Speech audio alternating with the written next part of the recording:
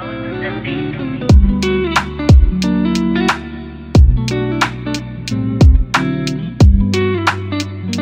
Welcome, beautiful people of all ages, shapes, and colors, to another episode of the Hit Your Free Throws podcast, where we encourage you to stick to the basics.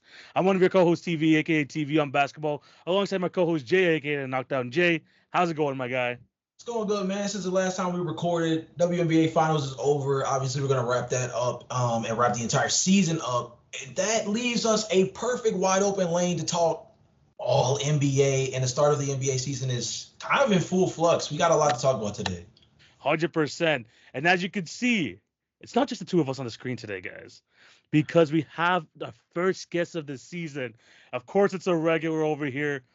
Welcome, Mr. Marcus. Back on the Hit Your Free Throws podcast. How's it going, my guy? Hey man, we feeling good. I ain't like how Jay was talking to me before the show, but we gonna get into it. It's okay. There's a lot to talk about. And look, bro, you already know how these episodes are when Marcus is on here. The episode just writes itself, bro. The episodes just write itself. And it's gonna be another great one today. We're gonna overreact to the first week of the season. Of course, we're talking WNBA Finals. We got the draft, and we got a new quiz series, guys, that we're gonna try out today. It's gonna be definitely a good one. But before we get into the episode, we do have to plug our socials. Remember to follow all our individual socials at the Knockdown J, at TV on Basketball. We'll have also Marcus's links down in the description down below. In terms of the Hit Your Free Throws pod, though, remember to follow us on TikTok and Instagram for the best daily NBA content. If you're watching on YouTube, remember to like, share, and subscribe, and hit the notification bell so you will not miss an episode. And if you're listening on any of the podcast networks, Spotify or Apple, make sure you leave a review, subscribe, all that good stuff. We appreciate all of y'all's support. Are you ready to talk some ball, guys? Yeah, we got a lot to get into today. Yes, and before we get into the NBA topics, like Jay mentioned off the top, we got to talk WNBA Finals, went to Game 5, and the New York Liberty are your new WNBA champions. First time in franchise history. A crazy series throughout from start to finish. And it ended in controversy in the craziest way, as did most of the series did. I'm going to throw it over to Marcus here. He's the co-host of the Protect Your Queens podcast as well. I'm going to throw it over to him. I want to hear what his thoughts were on this season's WNBA Finals. First of all, we're not about to skip over the fact that Breonna Stewart took a trip from Brooklyn to Yonkers at the end of the game, right? First of all, let's start there. Okay. Yeah. I'm going to give respect where respect is due, right? Shout out to Liberty, right? But I said this on my show on Tuesday. I'm going to say it again. Breonna Stewart needs to send some type of thank you gift to Niara Sabally because she saved her legacy. Because outside of the second half of Game 3, Breonna Stewart was not. She wasn't all that, bro. She wasn't all that. She was not the all-time great generational basketball player. One of the greatest winners in the game. She wasn't any of that. Now, with that being said, Sabrina Ionescu, good season from Sabrina this season, right? Yes. Hit the shot of her life at the end of Game 3 to win it in Game 3. She was also very pedestrian throughout the course of this series. It's hard for me to give love to Liberty because I'm an Aces fan, and we packed them up last year, right? And then they sent us home this year. They got their get back, but Liberty win the chip.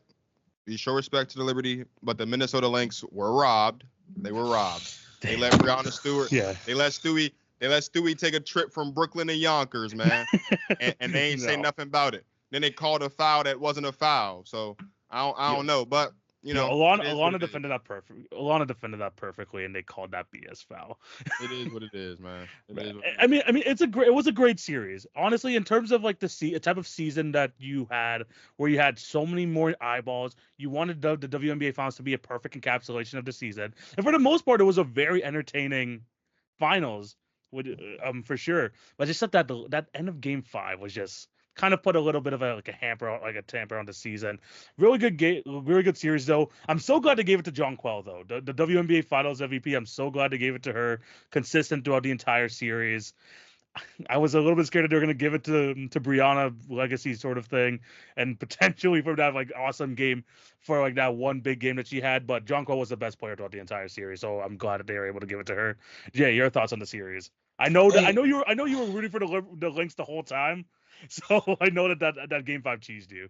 Yeah, bro. I mean, for podcast pride purposes, obviously right before Game 5, we had both made our final picks for who we thought was going to come out. And I took the Lynx. TV went the other way and decided to go with New York. And that's the part that hurts the most. I really felt like they played a good enough series to be able to win this. I have been, pounding the table for Nafisa Collier and the entire season as lead MVP. Obviously, there came a point, even we had the conversation on the podcast where Asia Wilson had separated herself. But outside of Asia, I felt like Nafisa Collier has been the best basketball player in the league the entire season across the board. And when it got to the postseason, it felt like it was only further confirming what I was saying throughout the entirety of the season, what a lot of people were saying throughout the entirety of the season in terms of how well she's been playing this year. I think the part that hurts the most is the ending. I think, like you mentioned beforehand, first of all, phantom fouls, to me, phantom fouls feel like politics. And this is one of those where I felt like, specifically with the way that game was going, the fact that, again,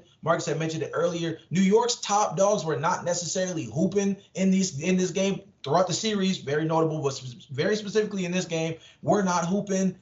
Phantom foul in the free throws to kind of send things into OT and kind of change the momentum of the game. That's one of those things that can really take the air out of a team.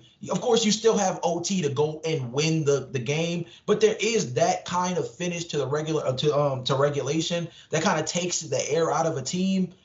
So at the end of the day, very entertaining finals, very entertaining season start to finish. I'm very glad that a lot of people were much more in tune with the WNBA this year. TV, we've been talking about WNBA for about 2 or 3 years now in terms of just having more conversations about it on podcasts, whether it be yours when you had it before, mine's before, and of course, even when we started this one, of trying to bring more attention and coverage to WNBA. So it was kind of cool to see the national media test out a year of really delving in. And I think they did a relatively decent job for the most part. I think we still need some more analytical approaches to the WNBA, because it is a lot more it seems like a lot of people's TV hosting is more around the drama. So I would say there is some pushback, but in year one, I would say overall, this was a very good season, and WNBA Finals, shout out to the Liberty. Like I said, I went with Minnesota, so bittersweet to say that, but shout out to the Liberty for finishing the job, I guess. Yeah, that's a good transition. I'm going to throw it over back to you, Marcus.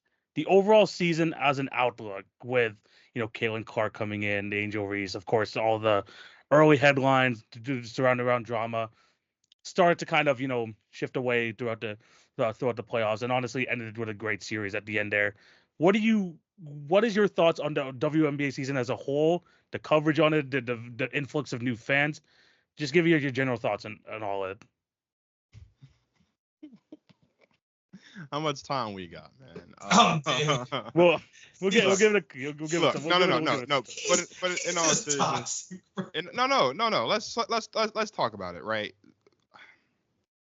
First of all, there's a group of people out there who insist that no one watched the WNBA before this season. No one was going to games and all that stuff, right? They insisted that the only reason why the WNBA was relevant is because of Caitlin Clark. And just to those people, I just want to throw out a question in here, right? You don't think Caitlin Clark as a kid was watching the WNBA? You don't think she plays basketball? Her favorite player, her inspiration is the great Maya Moore, arguably the greatest player of all time, certainly the greatest winner of all time. So to the people who are only here for Caitlin Clark, who kept saying that no one watches this, no one cares, your great white hope cared a lot about the WNBA before she got here, right? So you have that.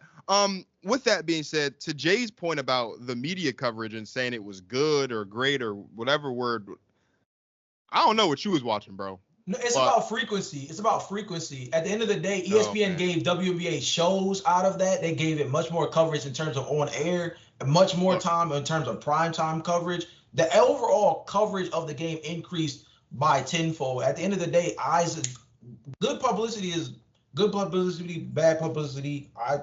Nobody was talking about the WNBA on ESPN First Take before this year.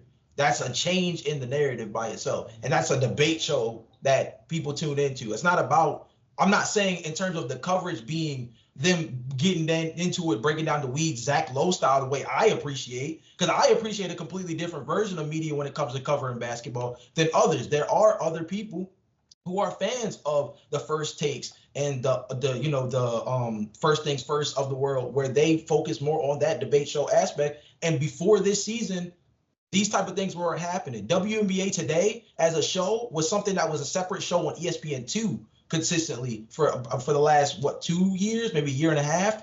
This season, it was much more featured consistently. I've never had more WNBA podcasts pop up in my suggested feeds this year than I've had before. And so it overall helped me grow in terms of being able to pay attention to the game in a more in-depth way as somebody who has only really dabbled in WNBA basketball over the last 2 to 3 years. I've always watched women's college basketball, but this was my first time actually engaging with it over the course of a full year on a WNBA scale and seeing national media cover it with that kind of attention. Like I said, we can talk about whether or not the actual attention itself was good or bad based off the topics that were focused on, the people who had something to say, the people who didn't have enough to say. I think those are all things we can argue about, of course, but I do think the overall uptick of coverage across the board was positive, especially when we talk about trying to grow a game where, for example, the WNBA just negated, or I guess are not going to sign off on the next CBA agreement because they're going to go into another renegotiation. The kind of coverage that we had this year helps open up that floodgate for them by being able to step into the next CBA negotiation and say, look, what we've been able to see changing just over the course of one singular year. So I think there's a difference between more coverage and good coverage. Fair. If you're going to tell me that there's more coverage, I can't deny that because that's true. Mm-hmm. But if you're going to tell me that listen to Stephen A.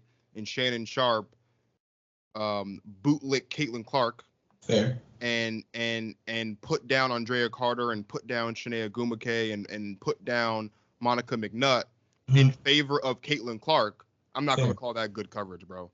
Fair. One thing that Martin and I talk about all the time, Martin Story is the guy, my co-host on Protect Our Queens. One thing we talk about all the time is knowing your personnel, right? If I want to hear about football, if I want to hear about basketball, I'll go tune into Stephen A. If I want to hear about football and basketball, I'll talk to Shannon Sharp. But if I want to hear about the WNBA, if I'm a new fan, right, and I want to learn about this league that has piqued my interest for one reason or another, whether it's because of Caitlin Clark or Angel Reese or whoever brought me, listening to listening to Stephen A. Smith say that the WNBA is stupid or Team USA is stupid for not including Caitlin Clark. If I want to, listening to Stephen A. and Shannon Sharp accuse every player in the WNBA of being jealous of Caitlin Clark, if I want to really tap in and learn more, that's not the type of coverage and verbiage and rhetoric and discourse I want to hear. I agree. The goal of me as a new fan is to learn more and to expand my knowledge. I want to tap in with Andrea Carter. I want to tap in with Shania Gumake. I want to tap in with the people who are tapped in on that Zach Lowe type vibe. You know what I mean? So I agree. Absolutely. Yes. Good coverage? I don't know. And I think for me personally, what I will say before I give it back, what I will say is every time Stephen A. Smith opened his mouth about the WNBA this season, he proved Monica McNutt right. And he proved all the other incumbent WNBA fans right. I get it, right? You put stuff on TV that sells. That's why Get Up is talking about the Dallas Cowboys and the NBA is back on. Like, I get that. But at the same time, as a member of the media, you have a responsibility not only to cover the stuff that matters, but to cover the stuff that matters in a meaningful way. And only giving into the Caitlin Clark drama and the Angel Reese drama and only tapping in and talking about that, but not talking about the good basketball that we got to witness for a week and a half in the WNBA Finals, that I have a problem with. So more coverage, yes.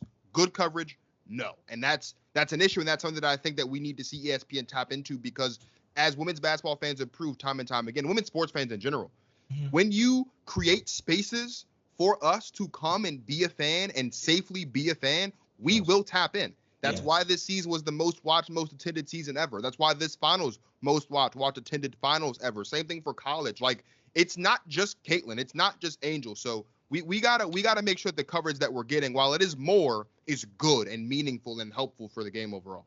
I think the biggest thing that I would take away from it, and especially what you said, because that is a great point. I think more so the platforming aspect for me is what really matters. For example, I think in Andrea Carter or Rebecca Lobo, for example, Nekias Duncan has already been well known within the NBA space, but he really gets into the weeds on the Dunker Spot podcast. Another one that I would suggest to people if they really want to learn this game, right? I think this was a year where the eyeballs being so heavily on this league in a way that we haven't seen in years past. Also, again, good, bad, or indifferent publicity, I think still created a space to be able to put eyeballs on certain people who are in that Zach Lowe space of being able to really teach the game. But I think prior to this season, for example, we never saw the market for it, for people to be willing to kind of do these level of deep dives, this level of coverage on these teams. And I think although this year did not do a great job of being able to really display the love for the WNBA, because like you mentioned beforehand, it seemed like every time you cut on ESPN First Take when it was related to the WNBA, it sounded like an episode of Bad Girls Club or something. Like they were just trying to create beef, create distinction. Oh, that was all they talked about. That was all they talked about. Yes, and I completely agree that from that perspective, there is definitely a separation of what you can consider as good media and just simply creating a platform. But I do think that the platforming aspect of being able to see a rising star, as you mentioned, with Andrea Carter, when we talk about Rebecca Lobo, I think the WNBA Today show, I think a few different podcasts that I kind of got hip to. I mentioned the Dunker Spot beforehand. I actually came across them looking into WNBA podcasts and then realized how also well-rounded guys like Nekias Duncan are for the NBA as well, and became a good Twitter follow as well out of that. So I think it's more, this was just, I think, a very good season to start putting the spotlight on the people who have been in the trenches, been in this space, as you mentioned beforehand, in this pocket, wanting to give us this kind of content on a mainstream level. But this was the first year that kind of opened the floodgates to make it okay to, like, wait a minute, not only is it cool for us to be able to really delve into this niche, but now it is profitable as people in this space have been able to kind of like continue to build off the hype that's around this season. So, I mean, hopefully, again, I think the main thing is I hope that a lot of people learn from this year in terms of a lot of the weird stuff that was discussed. I also hope that because of the popularity around this season, more like Zach Lowe types, Nekias Duncan types, Andrea Carter types will feel more comfortable in this space in terms of creating content solely around the WNBA. That's kind of like my MO around it, but I completely agree with you. I wouldn't necessarily say it was great in terms of, like, if we're talking about great NBA and WNBA coverage, there are definitely levels to what we see in the NBA with certain people and what we saw from the WNBA this season. But I think the platforming itself just created a lane where I think we're going to get closer and closer to more comparable WNBA coverage in a season or two. And that, I mean, that's all you can ask for, I guess. I think, again, I agree with all your points, especially when it comes to ESPN only focusing on the certain topics, especially with the off-court stuff that, to be honest, a lot of the stuff that they were trying to create, the beef that they were trying to, like, to mix up in the league. What I get coming out of the season, and I think Game 5 is a good example of this, is the discourse around, you know, it felt like an NBA sort of playoff game where you saw amount of uproar for like certain play calls, the fact that people were watching this game and like having their thoughts on, you know, these really bad calls. It kind of created that NBA playoff atmosphere that people like were having discourse saying like, oh, this is a bad call here. You know, this team got robbed in that. It felt like for like in terms of like mainstream audience that the focus was finally on the game, where like a lot of people were just discussing a lot of stuff like off the court, that like when the finals finally came to be, and then like when like the finals were, you know, Sabrina like going off, whether it was, you know, the back and forth series, that people were finally focusing on the game to the point where in Game 5 that there was just like more people like, you know, rooting for the Lynx. They're saying that they're showing their support. They're like, you know, they're the ones who got robbed. So like, even though, you know, a lot of the season had to do around the discourse around, you know, Caitlin Clark and how, you know, people like former WNBA players or like, you know, personalities around the league are kind of like, you know, jealous of her, even though that was not the case. I feel like at the end, the focus was on the basketball. I think at least a way to end it. Maybe it wasn't like the type of like discourse about like, the reffing and stuff like that, but at least I think it ended on a high note. It got better. I think honestly, after the Olympics, it improved. I wouldn't say it was like much better, at least in regular season context. I think in regular season context, it improved. The coverage around it got a little bit better around that time frame. But I agree with you. I think by the time we got to the postseason, it did become more about on-court production rather than a bunch of off-court like storylines and a lot of like more so like psychoanalyzing players as opposed to really actually breaking down their production on the floor.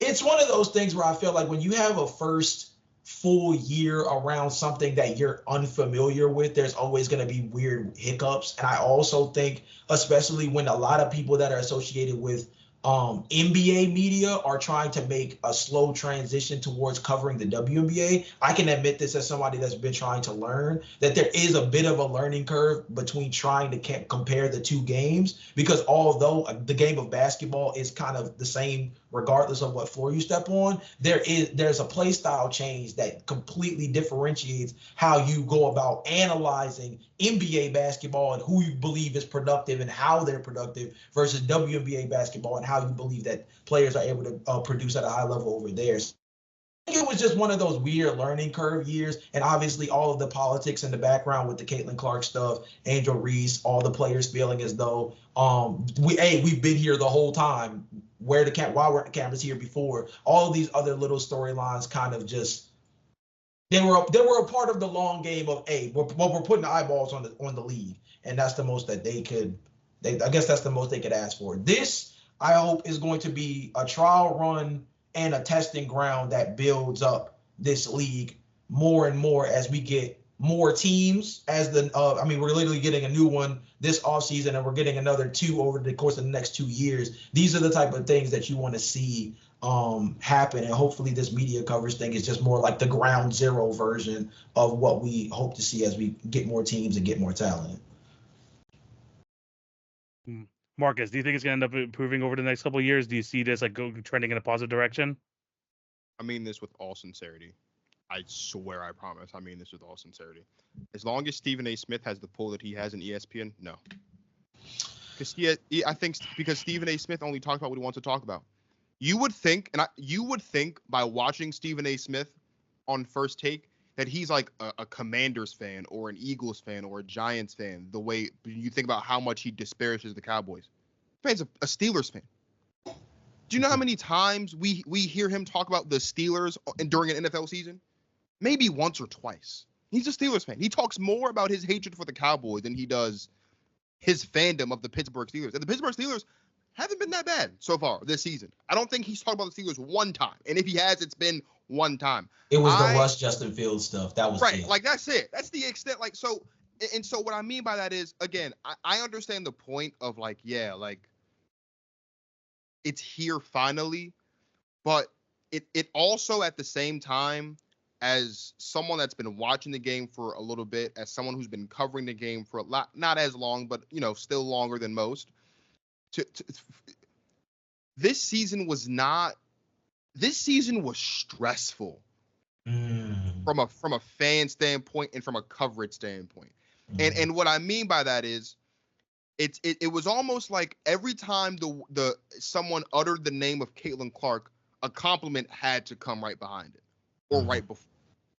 We were not allowed as fans, as people who cover the game, to give constructive criticism and point out the flaws in a young player's game. We weren't allowed to do that because it was automatically considered to be hate. We're being disrespectful. We're being racist. We're being this. We're being that. This season was stressful, bro. And a lot of that stress comes from, again, the rhetoric at the top.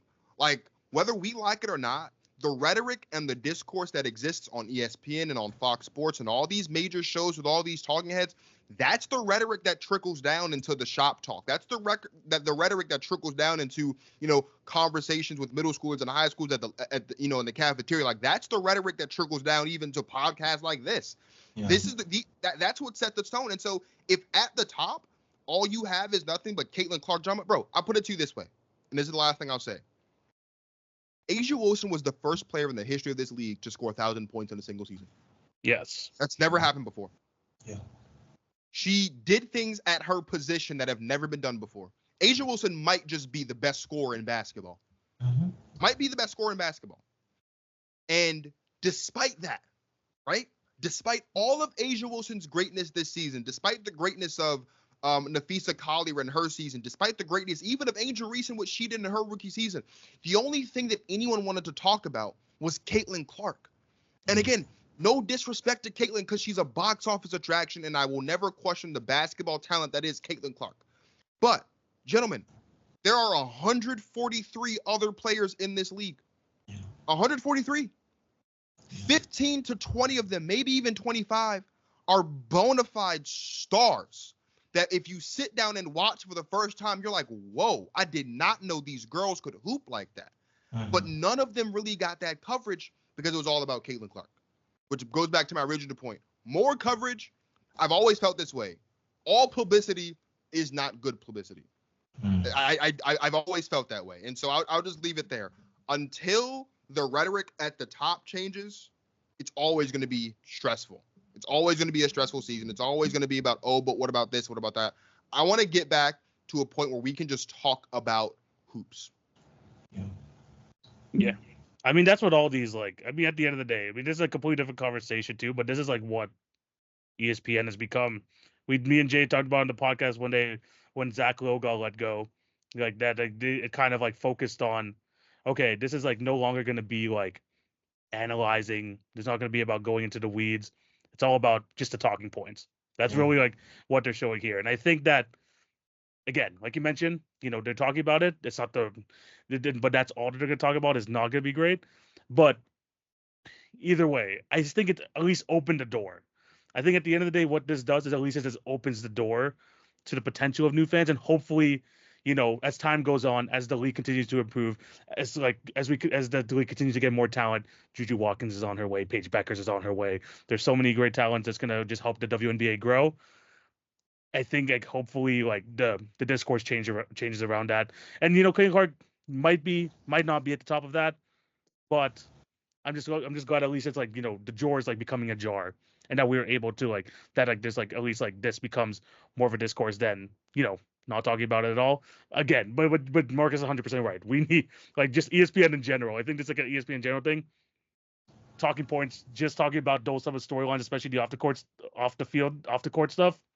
We have to move past that. We really do. All right, then. Let's move on to the next topic, though. We spent a good 30 minutes on this. As it deserves. As it deserves. It's gonna be a great offseason as well. Can't wait for the new Golden State team to come over next season. And then the next season we got Toronto coming in. You're looking at a potential season ticket holder, guys. I'm on the wait list. we're gonna have to wait and see. But yeah, moving on to the NBA topics.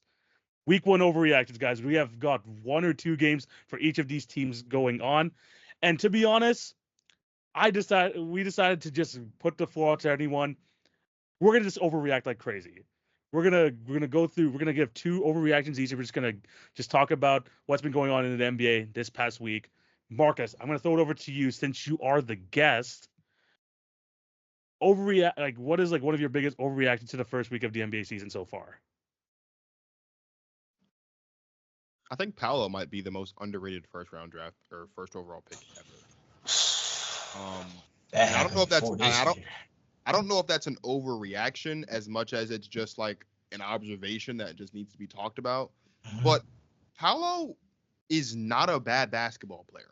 I mean, like, obviously people are like, duh, he's not. And I get that, right? He's not, obviously, you don't go first, well, unless you're Anthony Bennett. you usually don't go first overall if you're not a good basketball player. But, like, when you watch Paolo play basketball, and when you watch what he's done so far through what I believe has been 2 games of the season for them, like, Paolo, and he's playing right now, like, Paolo dropped 33 and 11 on 50% shooting their first game of the season. And it was effortless against a Miami Heat team that I know is floundering and is like just on the shores of the ocean of mediocrity right now because they don't want to commit to a rebuild and they're too good to tank. So it's a really weird situation. I get that, but still, like, Paolo's really, really, really good at basketball. And as much as we've talked about Victor Wembanyama and how special he is and how versatile he is and how, special some of these other young guys are like SGA and Luka. I know Luka, and now having been to the finals, we probably don't classify him as a young guy anymore, so to speak. Same thing with Jason Tatum. But, like, with all the young talent in this league that's been coming through, like, let's think about the past couple of drafts for just a second, right? And think about, let's say, the top 5 picks in each of the last, let's say, 5 drafts, right? Other than Victor, because I think most people will say Victor just out of the shock value alone. And I'm legitimately asking you guys this. This is not a poor question. Okay. Who's a better player out of the last 5 drafts that have been picked in the top 5 than Paolo? I can't think of one. I watch him play basketball. I can't think of one that's better, that's impacted his team more. I was a huge Jabari Smith fan coming out. He has not really been making waves the way that people thought he was going to be making waves so far. I think he'll have a good season this season in Houston. But, like, why are we not talking about Paolo more?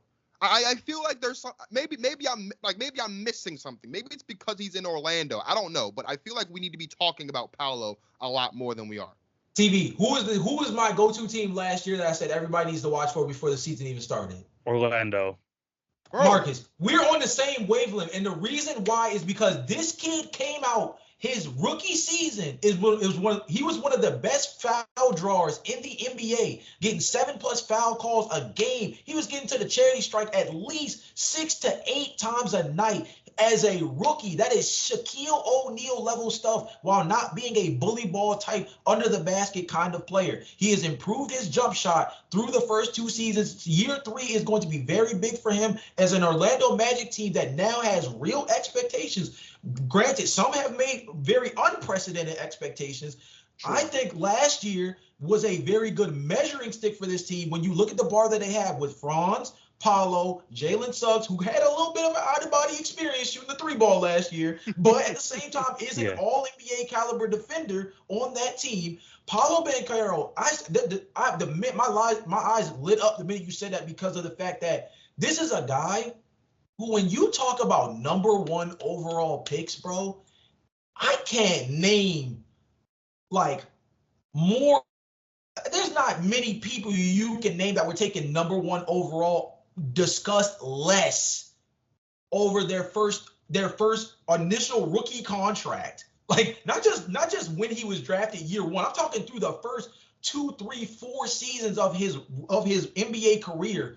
More under discussed than Paolo Banchero. Amazing rookie season, comes out, becomes an all-star in the second year, leads the Orlando Magic to the postseason, pushes Cleveland, who for better or for worse was not as good as they should have been in the postseason, but pushed them to 7 games.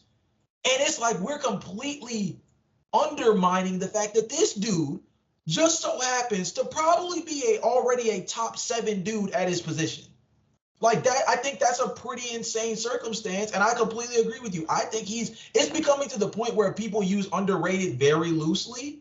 Paolo Banchero was one of those dudes that I feel like you got to flash that word in big bold red letters, because like it's getting to that point where it's kind of insane that he's not talked about more personally. And I agree with you. It might be an Orlando market thing, but I know. That's what I was gonna say. It feels like an Orlando market thing. Like the only other like top 5 pick since the turn of the decade that's probably like better than him, I mean besides Victor, is Anthony Edwards. That's it. Everyone else, like those are 3, like in terms of like, top 5 picks, being able to lead your team to the playoffs. Paolo Banchero is right up there with them. And I think that like every single year he's just gotten better. I mean, he started off the season with an absolute bang this year. This Orlando Magic team just doesn't get talked about enough, especially with like the amount of like coverage the other like teams in the East get. Like, of course, you're gonna talk about the 76ers and Embiid, Miami Heat and Jimmy Butler. They made it to the finals twice this decade. No one's talking about the Magic, and they've started off and they had such a great season last year. I think people have their doubts whether they can replicate it again. And so far, after 1 game, it looks like they're right on track to do so again. Let me just say this, okay? If we take the last 5 number 1 overall picks, heck, you actually just mentioned Ben Simmons. Let's go all the way. Let's just look at you said turn of the decade. Let's just look at the last 10 years, okay? Last 10 years in order: number overall picks, we have Andrew Wiggins, Karl Anthony Towns, Ben Simmons, Markelle Fultz, DeAndre Ayton, Zion Williamson, Anthony Edwards, Cade Cunningham, Paolo Banchero, Victor Wembanyama, and Zachary. I don't know how to say his last name. So I'm not going to butcher. Great. Yeah. I don't want to mess up anybody's name. Yeah. Out of that 10, if we took all 10 of those players and we put them in a draft right now, obviously Zachary this year, he's going last because he's the newbie. We don't know anything about him, right? Honestly. Victor Wembanyama, I know Richard Jefferson got a lot of slack for it when he said it last season, but I'm inclined to agree with him. Victor Wembanyama might be the greatest number 1 overall draft pick ever, including LeBron James. So let's give him the number 1 spot just off the shock value and the uniqueness of him alone. Now, you said Anthony Edwards.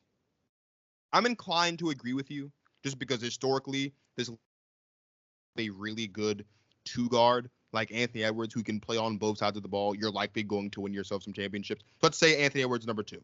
Aside from Victor, because of shock value and uniqueness, and aside from Anthony Edwards because he's obviously in year 4 or year 5, I guess now is what he's in. And we've seen him lead his team to a postseason and a deep postseason run last season. Yeah. We expect great things from now coming off the Olympics. Who else between Wiggins, Cat, Simmons, Fultz, Ayton, Williamson, who can't stay on the field? Paolo's easily 3. Paolo's easily 3. Yeah. I think on this podcast, people would say Paolo is 3rd. I think universal consensus would say healthy Zion they would probably take. Now that, like I said, I think that's universal consensus. On this podcast, I agree with you. I think universal consensus would say healthy Zion. If you're taking a healthy Zion Williamson over Paolo Banchero, respectfully, you're an idiot. Respectfully. I feel. And here's why you're an idiot. First of all, offensively, there is nothing Zion Williamson does that Paolo can't do, either at the same rate or better, outside of jumping out of the gym. No one has the jumping ability, I think, of Zion Williamson. But from a body standpoint, they're pretty similar in size as far as like their frame, right? Yeah. Paolo's a better shooter. Paolo's a better scorer. Paolo's more physical. Paolo's a better passer as well than Zion. Like offensively, Paolo does everything better, and he's a better defender. I think he can guard 1 through 5. Paolo Banchero, last thing I'll say before we move on to the next thing. Paolo, in his rookie season, he averaged 20 points. We'll round up and say he had seven boards, 4 steals. He shot 43% from the field, 30% from 3. The last season, 23 points per game, 7 boards still, an uptick in assists. He's gone up to 5 assists. He shot better from the field, almost 46%, and he shot better from 3, almost 34%.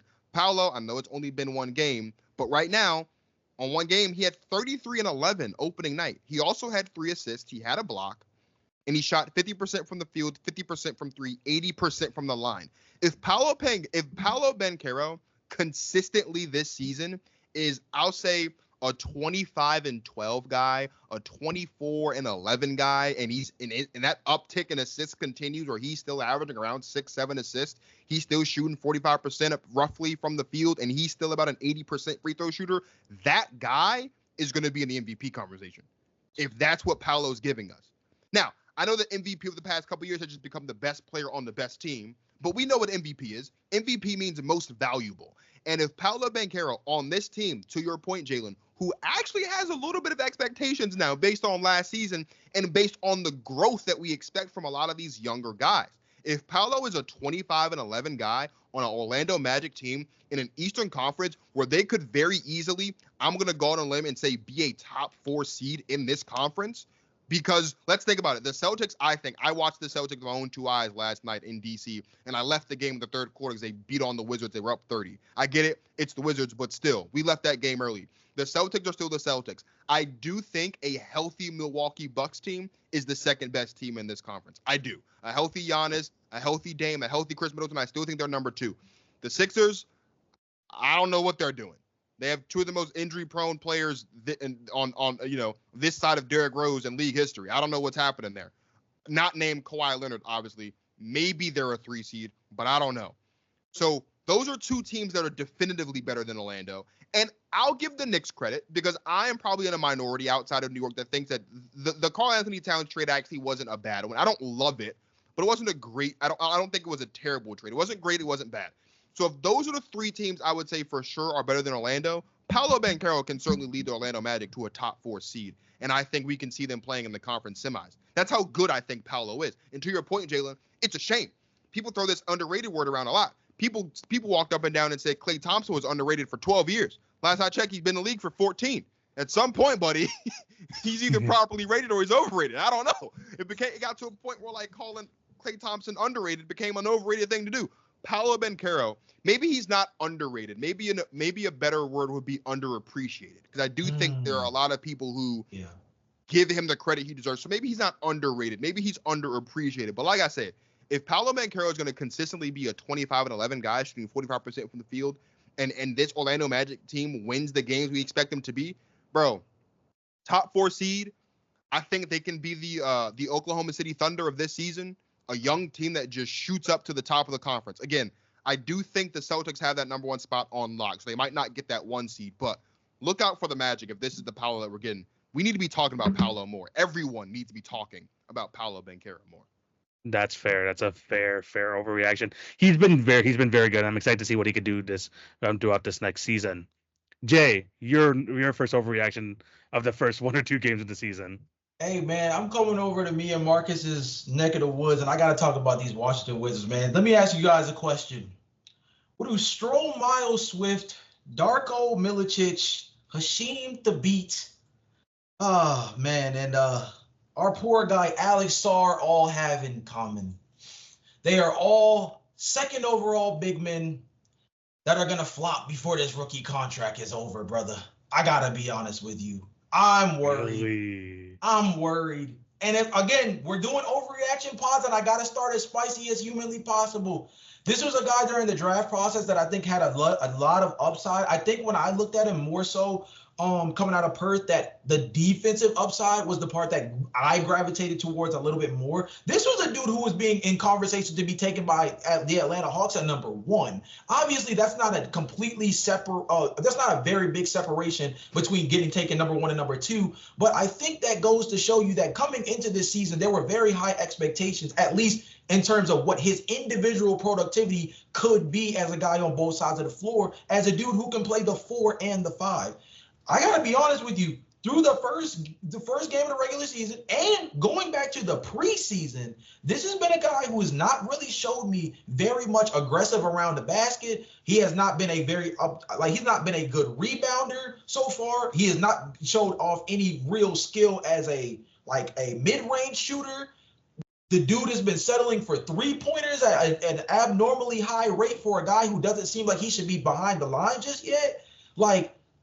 He seems like a guy who's still coming into his own in terms of his offensive skill set, while also not necessarily relying enough on his defensive tools to make an impact in that way. There's guys across the league that we know do not necessarily have an offensive package, but are able to be able to build out a reputation for themselves by doing other things. I think I'm just going back to last draft. One of the main things that was discussed during last draft class was how the Thompson twins were both guys who were not necessarily shooters, and how that could be a real defining skill for their career moving forward. These are 2 guys that are high intensity defenders, all NBA caliber defenders, probably by their 3rd year, both very strong rebounders for their positions, guys who cannot shoot the ball really even at a decent clip. I think what was it? I think Asar shot 13% from beyond the arc last year. The dude was doing 5x5s everywhere else.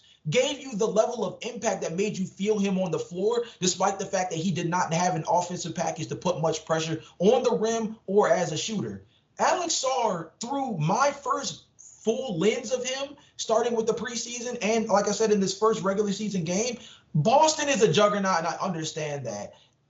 But I have not seen anything that tells me that this dude is going to be a legit player in this league, let alone a guy who's going to live up to the number 2 overall pick. And unfortunately, as I named for you guys, there's oddly a pretty decent history of the number 2 overall pick for big men not going well. If you talk about guys who just played the 4 and the 5, the only guys over the last 20 years, because I went all the way back to 2000, over the last 20 to 24 years, the only big men I can name that I felt like had very strong careers in terms of living up to the number 2 overall pick is LaMarcus Aldridge, depends on how you feel about Tyson Chandler, and probably, as of right now, Chet Holmgren with how he's played through the first year of his season and how he started off this year.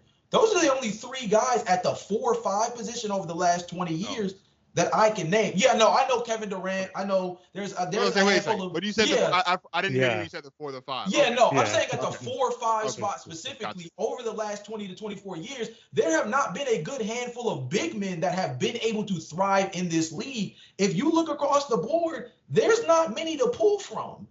And that's one of those things that I'm not going to say he was set up to fail from the beginning, even though you can make the argument he's going to the Wizards. Hey, man, let me tell you this right now. You're getting drafted by a Washington franchise that's not the Mystics or the Capitals. You're being set up to fail. You know what I mean? So I think, like I said, if we're starting overreactions, I got to go out heavy, and I got to start by saying something that I think a lot of people are already on the bandwagon for, but I guess I'm just going to go ahead and start from this podcast at least. I do not know how real of a basketball player Alex Sarr is. Hopefully he proves me wrong. I feel like this is the type of team that at least should give him the runway to be able to prove himself on both sides of the ball. But I feel like I've seen this movie before. Marvin Bagley's only a couple of years back, and we had more hype for him than we did Alex Sarr going into his draft class. I'm actually so glad you mentioned Marvin Bagley, because I was thinking about this last night when I watched him trot out onto the court. Opening night. I wonder, for me, right? You guys know I'm also I'm a football guy. And one thing I think about a lot with football is how when it comes to the quarterback position, a lot of times the position, like the team that drafts that quarterback is going to determine what that quarterback looks like a lot more than that quarterback. And so I wonder with Alex Sarr, right? This Wizards team does not have an identity. The most senior player on this team is Jonas Valanciunas. And I love Valanciunas. Valanciunas is a my league legend. You need yourself a vet for not a lot of money to fill out the roster, come off the bench on 2K, go get yourself Jonas Valanciunas. I love Valanciunas. But with that being said, this team does not have an identity. If I'm not mistaken, they have a new head coach. Mm-hmm. Their best player is Jordan Poole. No disrespect to Jordan Poole, but Jordan Poole shouldn't be the best player on any NBA roster. Yes. Ever. If he's your best player, you have serious issues. But also, from an identity standpoint, like this team, I don't think knows what it wants to do on the court. Like, we know what the Celtics want to do. The Celtics want to shoot the lights out the basketball from deep, and they want to play good defense, right? We know what the Bucks want to do. The Bucks want to run that two-man game with Dame and Giannis efficiently. They want to have arguably the best two-man game in the league and let everything else fall into place, right? We know what the Lakers want to do. The Lakers want AD to be their best player, but they want LeBron to have enough energy in the tank down the stretch of certain games where if he needs to take over, he can. But I think even with that, because JJ Redick's the coach now, the identity there might be shifting a little bit, so we'll need to see, right? We know what the Knicks appear to want to do. They want to be a really sound scoring basketball team from all 3 levels, right? Inside, mid-range, and outside. I have no idea. And I watched this basketball team for 30 minutes of basketball last night. I have no idea what the Wizards want to do on the basketball court. And so when you have a prospect like Alex Sarr, it begs the question, with this team being so young, there's no expectations of this basketball team. No one's expecting this team to win, more than 40 games. No one's expecting this team to make the playoffs. No one's expecting this team to win a championship. Why are we not playing through Alex Sarr? Why are we not getting him a touch every play down the court, every possession down the court, and let him get comfortable? Let him get it. Because here's the thing. He's a 4. Gentlemen, he's going to be banging bodies for a while. Yeah. He better get used to it now. And it's almost like we're in a renaissance of the bigs with Jokic and Embiid and Giannis. And there's a lot of bigs in this league, Paolo. There's a lot of bigs in this league that are established at the top as vets, but there's also a lot of bigs that are on the up and up. And Alex Sarr's going to need to get used to that physicality, and I don't think the Wizards are really preparing him for that properly. And so I agree with you, Jalen. He might be a bust, but I wonder if he's going to be a bust not because he's not good at the game, and more just because the situation that he has been brought into is not a situation that is going to nurture him and develop him and grow him in the way that he needs to be grown so that he can be the next great French basketball player the NBA sees. It's a catch-22, I feel like, for Alex Sarr. Yeah. No, you got to put in like both factors. This was not a good draft class in general. So like when you have draft experts going on shows and saying how the number 1 and number 2 picks would probably be like at the like end of the lottery talents or like just on the fringe of a top 10 sort of talent in most drafts, that's already not a good sign. You bring Alex R to a team with no structure, with no hierarchy, and just like it feels like just free flowing basketball, just trying to see whatever hits. I mean, like the best part about yesterday's game with the Wizards is that you had a 6-minute Jordan Poole stretch where he looked like his old self.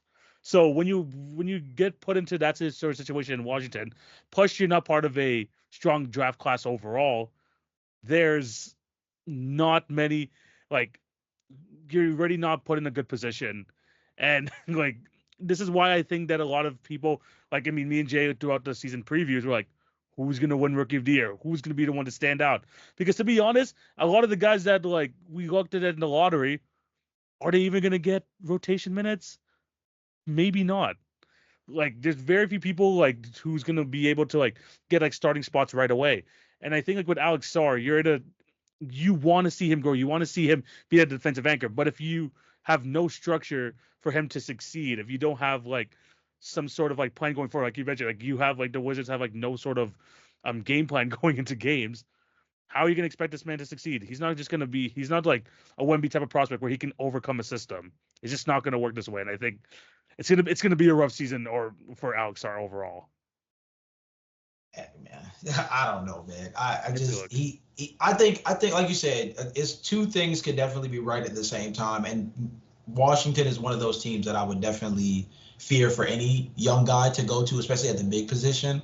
But I also feel like there's just a lot of concern. You mentioned it beforehand. This draft class is going to be really interesting to watch across the board because some of the guys we like might not get PT. I really liked Reed Shepherd coming into this draft class, but how much room will we have on a Houston Rockets team that has like 8 million prospects, right? Like there's a lot of different things to really pay attention to this year, and it felt like Alex Sarr was going to be a guy that would be able to stand out within this class because of the fact that if there's anybody that has a real highway to playing time, it kind of seems like guys within the group of an Alex Sarr, Zachary Risache, Zach Edey, these are the guys that you just thought if we were just talking about being able to get time on the floor would get real opportunity. And just so far with Alex on the floor, I just don't know. But like Marcus said, we don't know what the heck this Washington team is either. So it's like he said, it's a catch-22. We don't have to reiterate too much, but I would definitely agree with you. It is a catch-22 because right now I'm not sure what to do with him within this class or within honestly ranking him amongst even big men taken over the last 2 years even. This draft class is definitely an outlier in terms of talent. So it's going to be interesting to see. Like, to be honest, it could be like the Giannis draft where you see like the number 17th or 18th overall pick end up being the best player in this draft. It just really that's what happens when you don't have like that clear number 1 prospect. And I think that Alex Sarr, being part of the Wizards, not going to be a great fit for him. My overreaction for the first part of the season, though, we are I think that 3-point shooting has reached a new era. I think that Joe Mazzulla is the next Steve Kerr in the sense of transforming the game of basketball. I don't know if you guys have noticed, but the average threes per game this year, I had to do the math, so far in these first 2 games has been 46 threes a game. You want to know how many threes were attempted last year? By the highest for a team, 43. This is the average so far this year, 46 threes per game. The Celtics shot 63s in game 1. This new revolution, I'm going to say, from the Celtics, where you have to have 50% of your buckets go through 3-pointers, is going to be the start of a new norm. It's different because, like the Warriors was back then, you're not going to be the Warriors. People are going to try to emulate the Warriors, but you're not going to be the Warriors. The Celtics are the Celtics, where you guys can play 5 out and you can have like 5 shooters on the court at the same time. Teams are going to try and make this work, but you're not the Celtics. But that doesn't mean people are going to stop trying. You see the Grizzlies, who are not a great three-point shooting team, won their first game of the season shooting 49 threes in the game. I think this season is going to be the start of the next three-point revolution, guys. We thought that we've reached the peak when it came to the Warriors.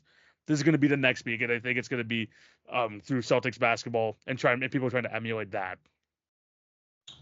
I don't know. I mean, personally, I think that 3-point uptick has always been something that we've seen a trend in, to the point that I'm not really sure who's going to be able to reinvent the wheel. I do think the volume, specifically for the Celtics, is kind of built off personnel as well. It's going to be hard for people to kind of, the copycat league aspect of the NBA is going to be one of the harder things to follow suit with a Celtics team for, as opposed to, Steph Curry and the Warriors. I think they had a certain 5-out system that I think if you just had two dynamic backcourt shooters and a very strong rebounder, it was one of those things where you could kind of reinvent that same structure, because Boston is built so wing heavy, guys 6'4", 6'5", and above, handling skill, ability to stretch the floor, and their bigs are both able to step out beyond the 3-point line.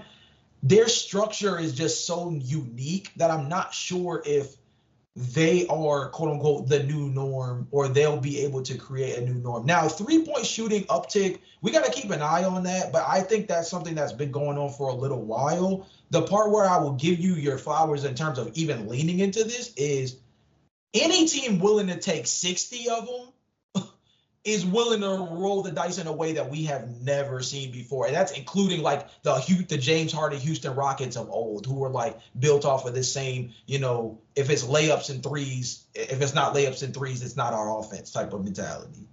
But it's not just like the 60. Well, 63 is going to be an anomaly no matter what. It's more of the fact that it's going to be the last couple of years. It's been like in the 30s. Even the Celtics last year hit 40. We're going to be seeing upticks at 45 or more, and it's going to become regular in the entire NBA. And I think like teams like the Brooklyn Nets already have attempted like 45 threes in the game this year. You have the Dallas Mavericks already attempting like 47, 48. The Timberwolves won their game yesterday shooting 50 threes in the game. People are going to start to realize like it's better to conserve energy shooting these threes, and it's just going to be a lot more efficient. I mean, we already know it's going to be efficient to 3 more than the 2, but I think it's just going to become to a whole nother level, and I think the Celtics are starting something here.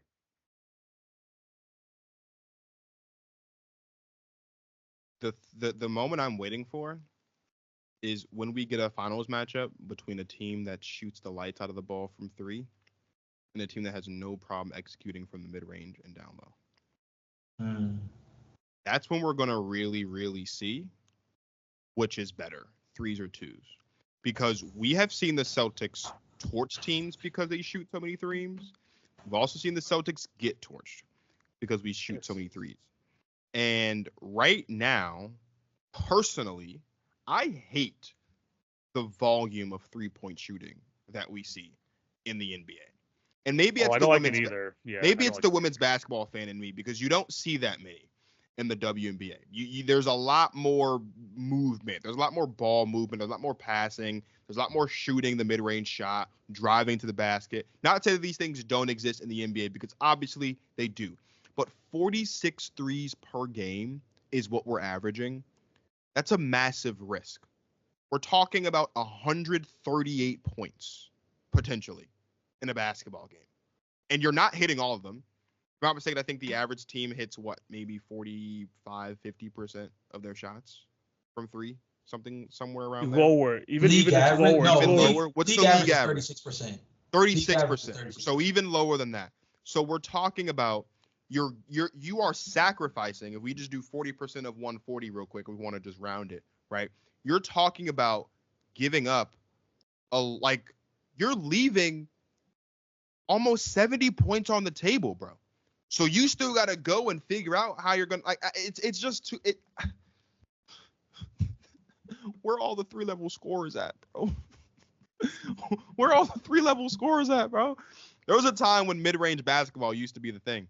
There was a time, and I'm not old. I'm the youngest person on this podcast. I want to be crystal clear. I'm considerably, no, just joking. Just kidding. But I'm the youngest person. I'm the youngest person on the pod. But I miss mid-range shots, bro. I miss the art of the mid-range shot with Kevin Durant and Carmelo Anthony and guys like that who like got busy in the mid-range. Like, it's cool to see the three-point shooting, and it's great when it's hitting, but it's also like, I was at that game last night and I was bored, bro. I was bored. There's a bunch of three-point shots, bro. It wasn't I don't know, man. I don't want to see 50 shots a game from three, bro. That's 150 shots. I don't want to see that, man. Yeah. I mean, it also didn't help that the Wizards went 7 for 36 as well. I mean, yeah. I mean, the Celtics are try to shoot 50, but at least they're the ones hitting it. I just think that we're like at a significant uptick, and I think this is just going to be kind of the next evolution in the 3-point game, where you thought that we've seen the peak of it with the Warriors. It's just we're gonna reach that next kind of jump in terms of like even average teams in the league try and mimic this like 45 threes per game thing, and it's going to become the new regular, which. Again, whether we agree with it or not is a whole different conversation, but it's gonna start to be the new normal. We're gonna move on to the next one though. Marcus, do you have any one more overreaction? Nah, I was hauling on Paolo, bro. Okay, Jay, anything else? I mean, the only other overreaction I have for you guys personally is that I think that if we weren't sure beforehand about the Dallas Mavericks coming out of this offseason with some of the changes that they had, I think I am a lot more of a believer of them after obviously only one game. But I think if we're talking overreactions, I think after the first game, I am much more of a believer in the Dallas Mavericks as a postseason juggernaut than I thought before. I think this is a team that's going to finish top 3 in the Western Conference this year. I think that this is a team that seems to be playing with a little bit more ease now that they have a Klay Thompson as a stretch guy for them. Last year, they did not have anybody at that wing position that put as much pressure from beyond the arc as their best shooters, if we're talking about 3-point volume at one point, was PJ Washington. Derrick Jones was one of their high volume 3-point shooters. Think about that. Derrick Jones Jr., the guy who won a dunk contest. That's what we know that dude for. He shouldn't have won that dunk contest, by the way. Right, but nonetheless, a guy who is not known for his 3-point shooting ability and obviously did get better over the course of the year as a 3-point shooter, but became a real high-volume 3-point shooter for them last year. Being able to just Klay Thompson alone, not to mention Najee Marshall, who I think is going to be a real good serviceable guy for them, and Quentin Grimes, who I also like for this team as well. Klay Thompson, there was a certain level of ease last night that the Dallas Mavericks played with. Guys, I got to tell you something that I peeped. I went back through the tape for Klay Thompson's shot chart specifically, and I wanted to pay attention to his 3-point shooting because that's obviously the biggest thing that stands out for what he brings to this team, given the fact that Luka Doncic and Kyrie Irving are both on-ball threats as scorers. Klay Thompson hit 6 threes last night, or he took 6 3-pointers. He hit 6 threes last night. Yeah. 4 of them were assisted by Luka Doncic. 1 of them was assisted by PJ Washington, and 1 of them was a tip-out grab and shoot from Daniel Gafford. Every single one of his made threes were catch-and-shoot opportunities. 2 of them, Luka Doncic turned around and walked down the opposite end of the floor before the ball even went up. That's the level of confidence that he has in Klay Thompson as a 3-point shooter. I think the fact that they are going to be able to spray the ball with guys like Klay Thompson, like Najee Marshall, like PJ Washington, it's going to create so much more of a fluid offense where Luka hero ball, we finally might be able to see a team where Luka trusts the guys around him to shoot the ball at a high enough clip, where outside of just breathing down Kyrie's neck to hope that he adds another 20-plus points a game, he will have enough consistent offensive creation around him to actually go through the regular season and play like an MVP without having to be the freaking MVP in order for them to win games on a night-to-night basis.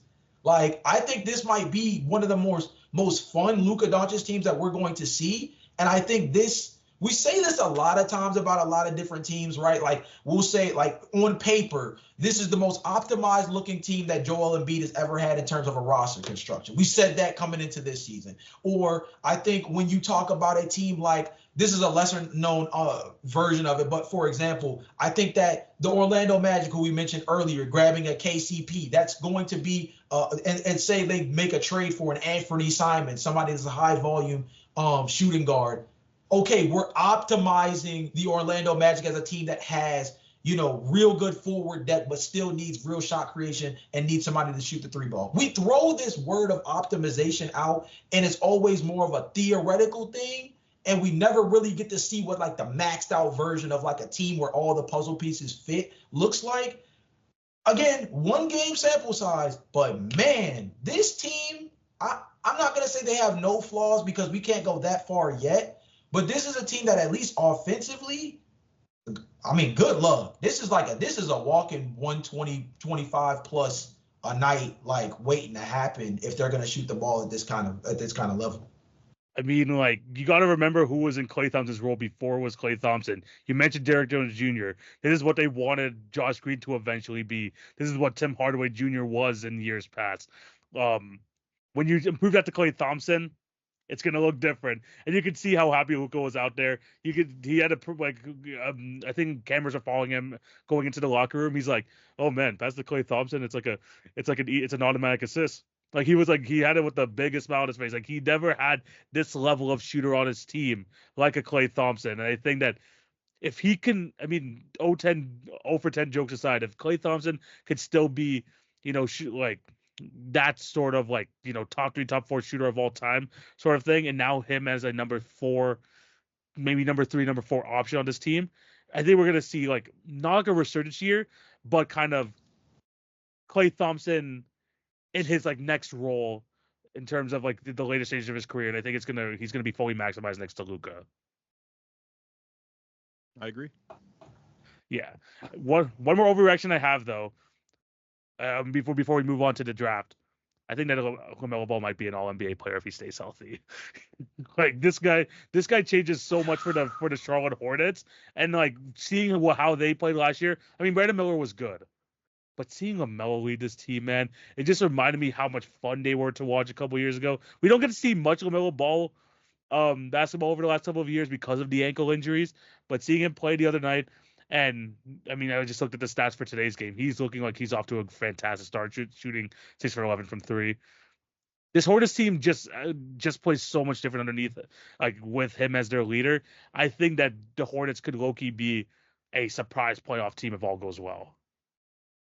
I mean, Melo as a top 15 player in the league this year, that's always going to be a crazy bar to clear. Just at the guard position alone is always going to be a tough fight. I think obviously healthy. This is a guy who we've seen make an all-star team, even if it was injury reserve. This is a guy who's been deserving of being in the all-star game when he plays enough. Charlotte just has a completely different dynamic as well this year. I mean, Trey Mann, he's adding a completely different element as an on-ball scorer. Brandon Miller, I think, got a lot of on-ball reps last year that's helped open up his game. This was a guy who I think was talked more about as a 3-and-D wing prospect, but really showed us real upside on the ball, both as a movement shooter and as a guy who could facilitate a little bit. And then, like, Miles Bridges, look, we don't support whatever the hell happened off the court. But in terms of his synergy with LaMelo Ball, we know that there's no better tandem in terms of creating a night-to-night wow play than those two together. I think those kind of vibes around this team, along with the fact that it seems like this team with new management, with new coach, kind of are in a position where they're playing with a little bit different energy. Again, small sample sizes are always hard to pull from, but if we're talking about the early stages of this year, Charlotte in an Eastern Conference where Marcus kind of spelled it out earlier, once you get past the first 3 to 4 teams, I think everybody kind of pencils in your typical power rankings. It does get a little dicey. How do we feel about Cleveland considering the way they went out last year? How do we feel about Orlando? Some have upside towards them. Others view that maybe last year was a little weird. Indiana, it was a tale of two halves. What did Tyrese Halliburton look like going into the play-in tournament? And what did he look like coming off for injury? Completely different universes for the way the Indiana Pacers played on offense. Like, when you go down the list of the Eastern Conference, once you get to about that 5 spot, it kind of is anybody's game in a weird way. Because there's not too many teams that are truly tanking out. And the East might be worse than the West in terms of the teams that are probably going to be at the bottom. But with that being the case, teams like this one, where they're going to genuinely be trying, I think, in Charlotte, I think they're going to genuinely be trying. I mean, we've seen when LaMelo's healthy, they've made the play-in tournament twice. So, Yeah. I think it could be more of the same this year. Any other thoughts? I'm good. All right, guys. So let us know down below what you guys think. What are some of your NBA overreactions after the first 2 games of the season or so? There's a lot of games happening tonight too. So if you guys are watching, let us know what some of your overreactions are down below. We're going to be moving on to the next topic, and it is time for the NBA draft. And for today, we're going to be doing something kind of related to the type of season we're in because it is spooky season. It is near Halloween. We're going to be doing a draft today of the scariest players in NBA history. Now, we were talking about this before the pod a couple days ago. What does the scariest players in the NBA mean? Up to your interpretation. Scariest in terms of what they provide on the basketball court, aggression, maybe what they did off the basketball court. However you want to interpret it. But we're going to still be doing this draft. It's going to be the 3 of us. We're gonna have Marcus have the first pick, and then we're gonna run things, one by one. So it's gonna be Marcus first pick, Jay first next pick, then myself, and then we're gonna keep going through that order. Jay, how are you feeling about this draft?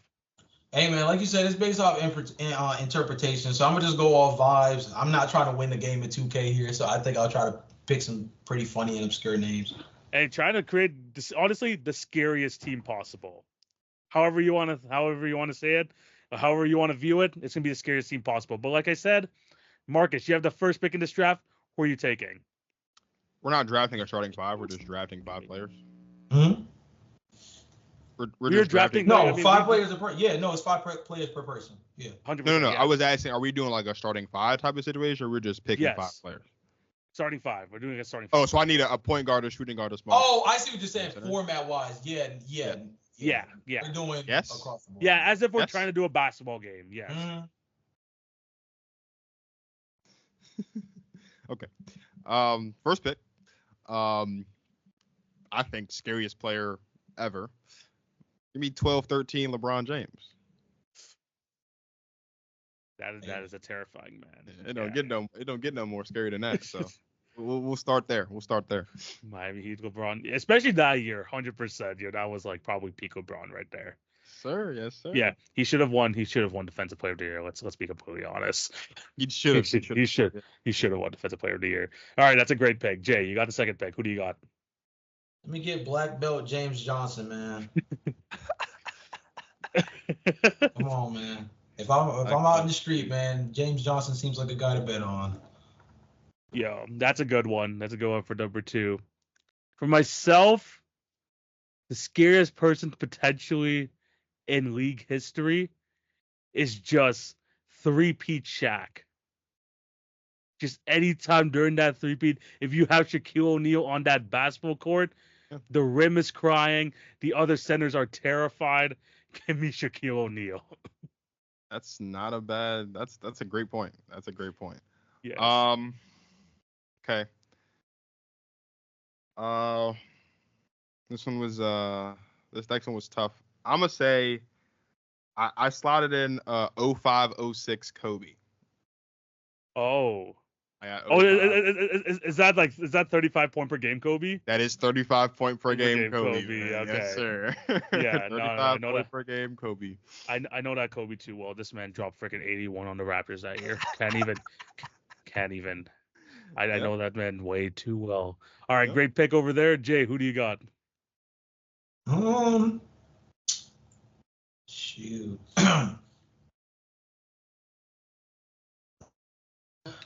Scariest player ever. Man, this is 3D as hell because it's happening right now as we're recording this podcast. Anytime Giannis plays against Nikola Vucevic. No, I like that. That's funny. That's a great one. Oh my gosh. Nikola Vucevic never has a chance.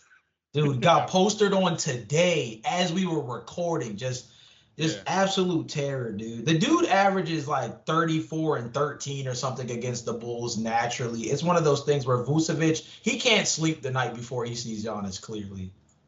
Yeah, no, that's a good one. That's a good one. All right. Okay, next player, scariest player in the league.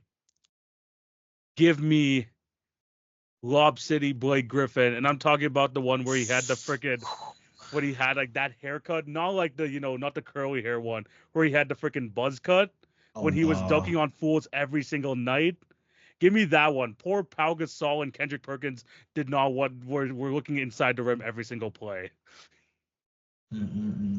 Jeez, Blake Griffin was baptizing folks. I don't know. Yeah, the pastor, Blake Griffin.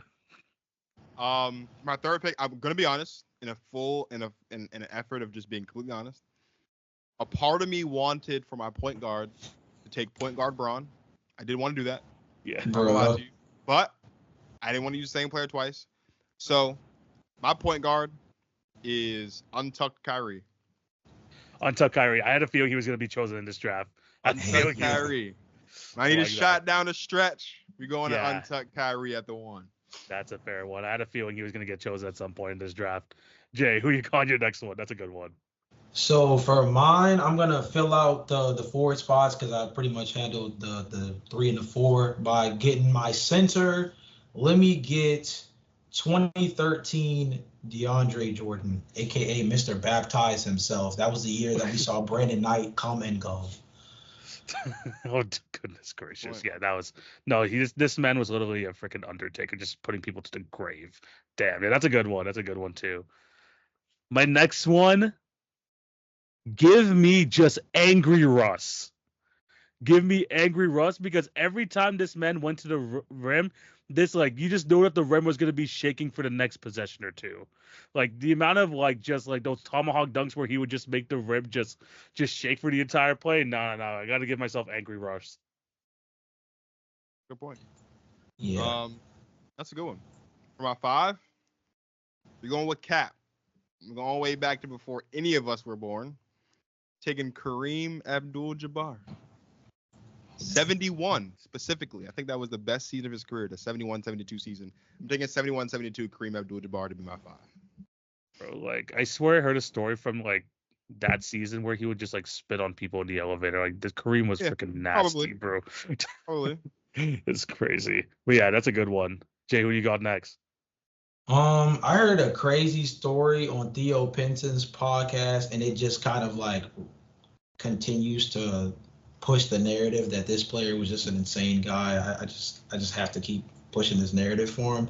2011 Derrick Rose had people literally faking illnesses the night before games that they had to play against the Chicago Bulls. And I think anybody who makes you feel as though you have to give yourself a reason not to play basketball is somebody that should be on this list. So I'm going to go with 2011 Derrick Rose at the 1. That's cool. That's a good one. That's definitely a good one. I'm going to go next. Give me Shimmy Curry, because when this man starts shimmying and starts just dancing all over the court, you just know that this man is running like Roadrunner for 24 seconds straight and then hitting the most absurd, 30-footer in your face, and you can't do anything about it. So anytime Curry's just dancing on you every single play, give me Shimmy Curry. This guy's the next level. For the 4, I'm not gonna lie, I was stuck, right? From sitting there looking at my team, I got untucked Kyrie, right? I got 05 Kobe, 2012 LeBron, 71 Kareem. For the 4, I didn't know what to do. I felt like this team was already scary. So I'm going to be honest. I just sat down and I thought about one of the scariest moments I ever witnessed in my life. Because this team, basketball-wise, this team is beating anybody. So I don't really need another good player on this team. Anybody. What I need on this team at my 4 is I need Isaiah Stewart. Oh my god. That's hilarious. That's insane. You have Isaiah LeBron Stewart from what was that 20? Was that 22 or was that last year? When 2021, I think. Was about ready to give us Malice at the Palace 2.0 because he thought LeBron James was trying to come up there and do something to you. I want Isaiah Stewart on the team. Goodness gracious. This man was running from security guards and everything that played. That was hilarious. Mm-hmm. Isaiah Stewart and LeBron on the same team too. That's Isaiah crazy. Stewart. And that's why he's on the team. So he can always be pissed off. Yeah. That's why he's oh my god. Continuity is key. That is the scheming would be crazy on that team. Good pick. All right, Jay, who do you got in your final pick? All right. So at my 2 guard position, we're gonna go a little bit bigger in terms of the player. Let's go with free agent Chandler Parsons. This dude earned over $127 million just out of pure robbery. If you are an NBA front office, you did not want to see Chandler Parsons' agent at all when he was a free agent, because you are going to mess around and fork over money for a guy who has no knees, no calves, and maybe some toes. I'm not sure if that's a guy that you want to sign, but it's a guy who earned a lot of money warming a lot of benches. So basically Chandler Parsons' agent. I mean, low key, but it's Chandler Parsons' free agency. You know what I mean? Well coveted non-meniscus. You know what I mean? Oh my god, that's crazy. That's crazy. All right, for my final pick, I'm gonna give you some like shout outs for guys I was about to choose. I was gonna choose half court Payne Pritchard as potentially one of those guys. I was gonna go Game 6 Clay, of course, one of the best mythical players in NBA history. I was gonna go one word Kawhi. I don't know if y'all heard the story where this man is just like posting up people yelling bored. Oh yeah. Oh, who? He's just talking like one word sentences and just absolutely killing folks. I've heard like just too many podcast stories on that. But ultimately, the final guy I'm gonna choose here is 1981 Larry Bird. And because when I tell you the stories everyone has told about Larry Bird, especially a younger version of Larry Bird, and the type of shit that will come out of his mouth, I don't know. Like, this man would does not care, like, whether you're the last guy on the bench or if you're the best guy in the entire league. This man went out for blood for anyone. They said he was the best trash talker in NBA history. Like, I have a feeling there's some things here that could not be said in the current day. Like, it was Larry Bird was talking that type of trash. So I think I'm gonna go with Larry Bird back in the day. That's fair. Our teams are complete. Who do you guys think who had the best draft? Let's go through each of our teams. Marcus, who is on your team for the scariest players in NBA history? Untucked Kyrie, 05 Kobe, 2012 LeBron, Isaiah Stewart when he's pissed at LeBron, and 1971 Kareem Abdul-Jabbar. Jeez. Isaiah Stewart sticks out there. But I got 3 of the greatest players of all time, an insane clutch player, and Isaiah Stewart on the team. And Isaiah Stewart, who's actually against your team, just chasing LeBron the entire game. All right, Jay, what's your team that you got? All right, so my team is 2011 Derrick Rose, free agent Chandler Parsons, black belt James Johnson, Giannis anytime he faces Nikola Jokic, and 2013 DeAndre Jordan. Fair enough. My team, I got Shimmy Curry. You don't want him dancing on your team, or else you know that he's absolutely killing you guys. I got Angry Russ, mostly because all the Rems were scared of him. 1980-81 Larry Bird. The pastor Blake Griffin from like 09 to 11.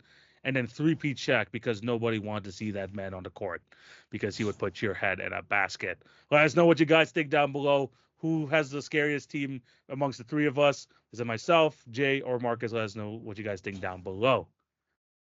Final topic of the show. We are reaching near the end. And today, of course, we got the quiz going on, but we're going to have some sort of special quiz here today.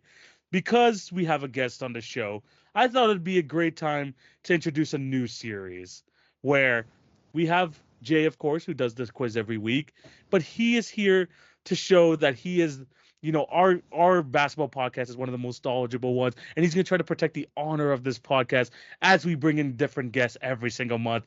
So I call this Jay versus the Gauntlet, episode 1, and we're going to be doing a quiz between himself and Marcus. Let's see if Jay can get on the board and try to get that first win for the Hit Your Free Throws pod. And today, Jay, it's gonna be a good quiz. If you guys can see on the screen, do you guys see it? Yep. So, as you can see on the screen, and for the viewers at home, I'm gonna need you guys. It's gonna be first to 10. It's gonna be first to 10. You guys have to name me the top 5 scorers from each draft class. Oh, 2014, 2013, 2012, 2011, 2010. I made it easy for you guys, and I gave you guys the logo of the team that they had their rookie season with. But you're gonna have to try and name me the top 5 scores from each draft class. All right. What Russ say? Earl. What? I mean, all right. I mean, I'm not hating. I guess. All right. Look at what y'all got me doing at 9:30 on a Friday night. Time to lock in, bro. All right. Time to lock in. All right, Marcus, you're the guest on the pod. You get the first pick. Okay. You have to call it the year too. You got to call it the year. I gotta call. Okay. Okay. Wait. Real quick. This is not like the most career points right now. This is the most points in their rookie season. So it's career points, but from players in the draft. It's it's I feel career much points, better. yeah. Okay, I feel much better. I feel much better. Okay. Yeah, I feel much better. Okay, we're good. 2013 Bucks Giannis. That is Giannis Antetokounmpo. I thought you were about to have me thinking back 10 years. No. Okay. I'm not that cruel. I'm not that cruel. We're good. Yeah. We're on the same page. We're good. Yeah. Jay, you got next. 2014 Timberwolves, Andrew Wiggins. One of them is Andrew Wiggins. He is on the board. Cool.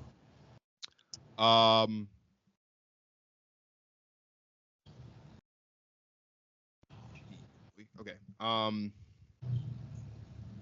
2011 Cavs, Kyrie Irving. It is Kyrie Irving, number 1 on the list.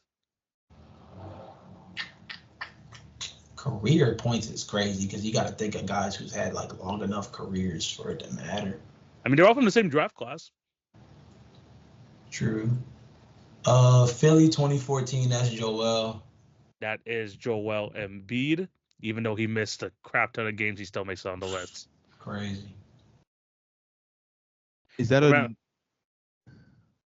Remember, this is the teams that they played on their rookie season. That's the New Orleans Hornets. Yeah, I was gonna say I had to factor that in too. So, jeez, we gonna stay away from that. Actually, I'm not trying to get no. Dang.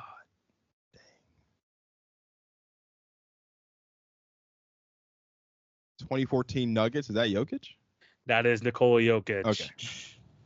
There you go. The 3-time MVP is off the board.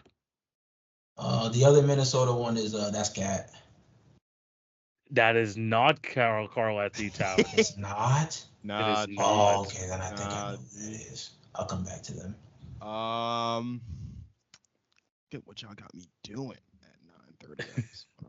I'm about to lock in these next couple, so be careful because I took a flyer on that other Minnesota one. So lock in. Yeah. Drafted first. Is the 2012 Trailblazer Dame? It is Damian Lillard. Okay. He is on the board. Marcus is up 4-2. I don't want to hear it, man. That New Orleans Hornets one, that's AD. That is Anthony Davis, a New Orleans Hornet. 4-3. That other Blazer in 13 is CJ. It is CJ McCollum on the board. Let's go. 5-3 so far. Jay, response.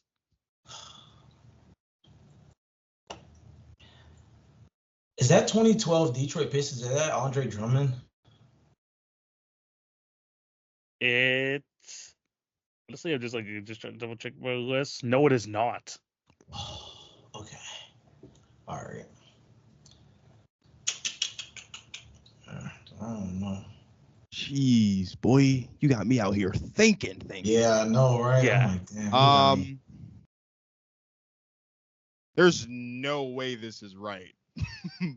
I'm actually not even gonna say. You'll take the risk. You'll go. No. It'll be embarrassing. Embarrassing. Embarrassing. Now I want to know who it is. We got the 2014 Laker. Is that your guy? TV, Mr. Julius Randle. It's Julius Randle. Yuck, bro. Always gonna find a way to get Julius Randle Yuck, on the bro. pod. That's a guy who listens to the podcast right there. Oh, there man. you go. That's a guy who listens to the podcast. Cause wow, Julius Randle is on the list. I don't even freaking know that was drafted by any of these. Is 2010 Washington? Is that John Wall? It is John Wall. Oh, okay, we gotta get back on the board, Jay. Come on. There you go. John Wall is on.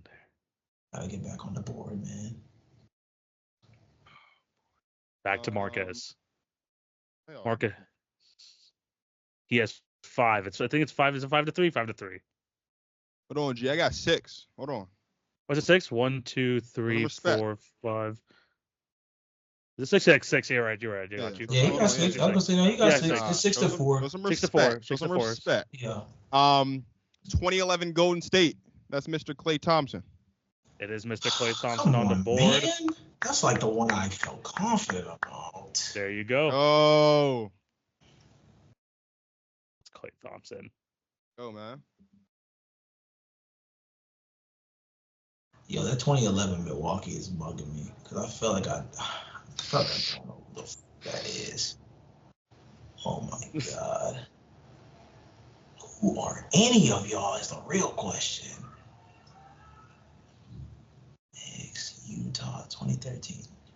This is nasty. 2013, that's not him. Who the heck is that? Is 2013 Utah Donovan Mitchell? That's probably No. probably the wrong one. No, I'm tripping. That's way too early. Yeah, that's way too No, early. but it's not. Yeah, it's not Donovan that's Mitchell. way too early. Really. All right. Forgive me, y'all. It's almost It's 10 okay. o'clock. Okay, so here's my thought process. I'm gonna make this Yeah, pick, talk it but out. this is my thought process. Okay. So I don't know how tricky TV is being, and I don't want you to say anything because it'll change my pick, and I want to be true. I don't know how tricky you're being with this, and I've been staring at this logo since we started. For real? But I think, if memory serves, 2010, the Pacers logo. Yeah. Is that Kawhi? Because he was drafted by the Pacers? Oh my God, that's nasty. That's It is nasty. not Kawhi Leonard. It is Thank not- God, Okay. because That's that what would I have. was thinking. I just want Okay. to make sure. I just want to make sure. I wanted Yeah, to no. put that there. I will say it is who they played their rookie season with, not who they Okay. drafted. Okay. Oh. It's who they Okay. played their rookie season. I was sitting there staring. I'm Yeah. like, yo, that might be Yeah. okay. Yeah, no, dude, I like the thinking though. I like the thinking. Jay with the bounce back. Who do you got? What the heck? Dude, I'm looking at. They were drafted in 2011. I'm looking at Chicago and it's pissing me off because I can't think of anybody who falls into this category, which is kind of wild. Because we're talking about as a rookie. Well, it's career points, but yeah, he played with that team as a rookie. Well, he played with that. Is that just Derrick Rose? And I'm like tripping? It is not Derrick Rose. Okay, see, that's what I mean. Like, what the heck? Also, Derrick Rose wasn't a rookie in 2011. G. That's what I'm saying. No, but that's Yeah. why I was Oh, I saying got you. because I that's got what I'm saying. It's I bugging got because you. I'm trying to think of who our rookie was that year or who was drafted that year Yeah. with us that would also be decent enough to even be on this list.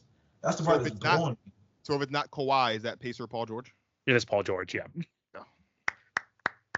Sometimes you don't gotta overthink it. That is Marcus. I was sitting here staring at that Yeah. show, bro. I'm not One, gonna two, lie. 1, 2, 3. I think Marcus has 8 points now. 2, 3, 4, 5, 6, 7, 8. Yeah, there we go. Jay, bounce back. Shit.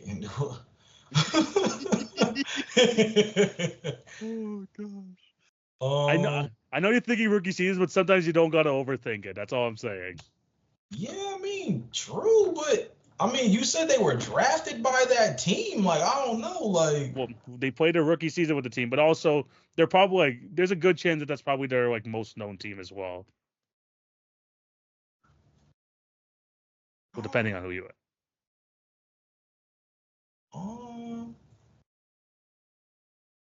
What year was Bradley Beal drafted? Not there. I have no idea who the heck any of these dudes are going to be.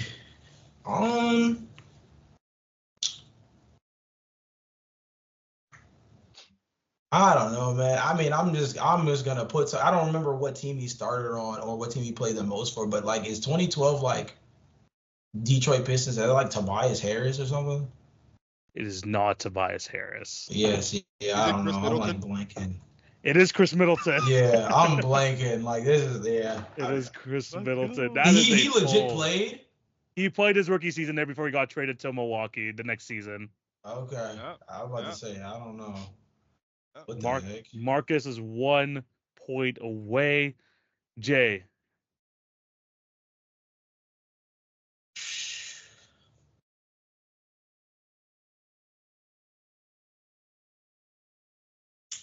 Man, this is bugging the crap out of me because I feel like I don't know what the heck these dudes are on right now.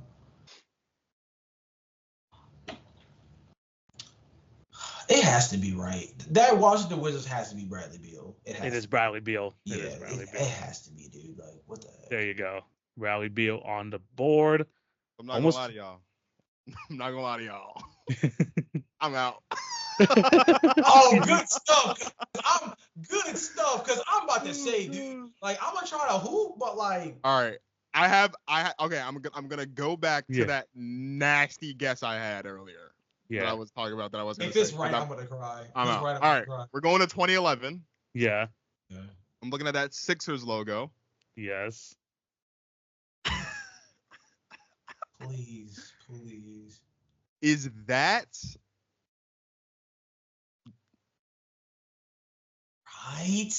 right though? Is that Jahlil Okafor? It is not Jahlil Okafor. Okay. Thank the Lord, because I would actually have cried. Okay. Yeah. We're good. If that was right, you got it, bro. You're the new co-host, bro. Real. No. Like, oh my god. Jay, you're still alive. Who do you got next? Dang, I'm trying to think.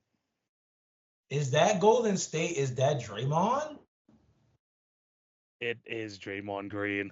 Draymond has more points than Chris Middleton? He does. That's nasty. No way he has more points than Chris Middleton.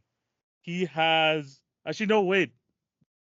Oh, it isn't Draymond Green. Shoot, it's not Draymond Green. I was about to say, there's no way he got more points than Chris Middleton. It's not. No, because it's the right draft class. I got confused for a second, but it's not Draymond. Oh, man. Then I don't know, realize. Man. Is it Harrison Barnes? It is Harrison Barnes. It is Harrison Barnes. And Marcus takes over the win. And Harrison Barnes. You know what's so nasty about Harrison Barnes coming up on this as me losing? That's the guy I gassed up like 2 podcasts ago. Oh my god. It's crazy. Marcus takes home the dub. Is that Philly Nerlens Noel? That Philly is not Nerlens Noel. Jay, that I Philly think guy. It would have been worse if I lost off that. No, it's one of your boys, Jay. It's one of your boys. What? What, for Philly? Yeah, one of your boys. He started off his career there. Not a lot of people remember. Oh. Wait. Part of the Andrew Bynum trade. The part of the white. It's Nikola Vucevic. Vooch. So is that Bucks Jabari Parker? That Buck is not Jabari Parker. That Buck. That's what I thought too. Yeah, that Buck is Tobias Harris, actually. Wow. That Buck is Tobias Harris. I was right there, dude. I was right in my mind. I'm like, he was on one of these obscure teams, and I couldn't remember which one he played. He played with the Magic too. Like, yeah. I was trying to think of which one. Who's the Bull? The Bull in 2011 was Jimmy Butler. I'm surprised you didn't get that. Oh no, they didn't. I didn't have that one down. Yeah, Jimmy Butler was number. I forgot all about the Jimmy Butler Chicago experience. Yeah, I'm not lying. Yeah, so the Clipper in 2010, it's Eric Bledsoe. Eric Bledsoe. The Jazz in 2010, he just retired this past offseason. Gordon Hayward. Yeah. Gordon Hayward. Yeah, I should have went with my gut on that one. Yeah. The Sacramento King. Any guesses on that? Pretty high profile guy during that time. 2010. Tyreek Evans? Not Tyreek. So close. DeMarcus Cousins? DeMarcus Cousins, yeah. Oh, Boogie. Yeah, Dang, Boogie. Bro. Bookie. So we got all of 2011. Yeah, that was Jimmy. That was Tobias Harris. That was Nikola Vucevic. You got all of 2012. Jazz 2013. I don't think you think that he goes back all the way back here. You're not telling me Rudy? Is this like Rudy? It's Rudy Gobert. That's so nasty, bro. That's so nasty. It's so nasty, bro. That's absolutely disgusting. Rudy Gobert. Number 4 might be more nasty. This guy is a Piston now. Played with the Mavs last year. Tim Hardaway? Tim Hardaway Jr. at number 4. Wow. Brother, no, what are we talking about right now? Number 3, this guy was the FIBA World Cup MVP. What? Dennis Schroeder? I don't know why. I see a Hawks logo in 2013. I think Thabo Sefolosha. I have no idea why. Yeah. And Jay, for 2014 Timberwolves, it's another one of your boys. Turn the podcast off. He done took the spectacles off. Turn the podcast off. It's fucking Zach. It's Zach LaVine. Zach LaVine. Wow. Oh my God. Okay. In a full moment of transparency, right? Yeah. That 2012 row, I'm gonna be honest. If I wasn't such a chronic overthinker, I would have wiped that row. Oh my God. I would have wiped that row. 100%. Yeah. Because at first, I wasn't confident that was a New Orleans Hornets logo, so I didn't say anything. I kept thinking Kimba. Yeah. You know how I be getting down. That's honestly, that Chris Middleton pull was crazy for the Pistons. Respect to that Chris Middleton pull. Oh, baby. Let's get it. Ball around here. All right. Jalen not a ball nowhere for real. Come on, bro. Don't worry. It's all good. Like that, Let's see. Jay's gonna freaking is gonna have to clean up for the next event. But yes, Marcus takes the W here. It's another. If we was doing points in the rookie season, I wouldn't have won. I'm gonna be. Oh no, I wouldn't be. You know me. I wouldn't be that nasty. I wouldn't be that nasty. Real talk. Yeah, that would have been first to 1 probably. Actually. That would have been crazy. But yeah. Let us know what other quizzes you want down below. Any other guests that you want to see on the pod, let us know down below as well. But Marcus, I just want to thank you for coming on to the pod today, talking some WNBA hoops, talking about the NBA and participating in the quiz and stuff. We appreciate you coming on, and of course, you're always welcome back. Hey, I just want to say too, right quick before we go, this is my get back from that nasty Connect 4 we played last time I was here.